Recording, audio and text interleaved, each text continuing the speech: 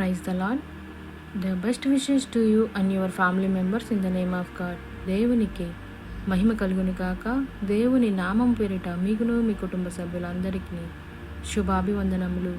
Today God promise. ఈరోజు దేవుని వాగ్దానము, మీరు లోకమునకు ఉప్పై ఉన్నారు. మత్తయి సువార్త 5వ అధ్యాయము 13వ వచనం. Ye are the salt of the earth. Matthews 5:13 verses. ఈరోజు ఈ వాగ్దానం ద్వారా దేవుడు మనతో చెప్తున్న మాట, క్రైస్తవులైన మనమందరము దేవుని దృష్టిలో విలువైన వారం. మనము లేనిదే దేవుని ఉద్దేశాలు నెరవేర్చబడవు. కనుక క్రైస్తవులైన మనము ప్రాముఖ్యత లేని వారమని తలంచుకొనక, మనము లోకమునకు ఉప్పై ఉన్నామని గ్రహించి మన జీవితము అలాగూ జీవించాలి. ఎల్లప్పుడూ ఉప్పు యొక్క లక్షణాలు మనకి దేవుడు ఇలా చెప్తున్నాడు.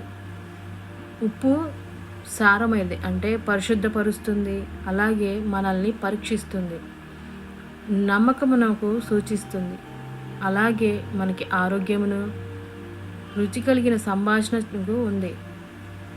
కాబట్టి మనమందరము లోకమునకు నిస్సారమైన ఉప్పు వలె, అనగా సాక్ష్యం లేని క్రైస్తవు వలె ఉండకుండా సారము కలిగిన ఉప్పుగా, అనగా సాక్ష్యము కలిగిన క్రైస్తవునిగా ఉండాలి. అంటే ఈ పాపపు లోకంలో పరిశుద్ధమైన వాడిగా, అలాగే ఆధ్యాత్మికంగాను మానసికంగాను భౌతిక రోగముల చేత నశించే వారికి మంచి మందులా పనిచేసే దేవుని సువార్తను అందరికీ పంచేవాడిగా, ఒక రుచికరమైన జీవితంను జీవించే మన ద్వారా దేవుని నామానికి మహిమ కలుగుతుంది.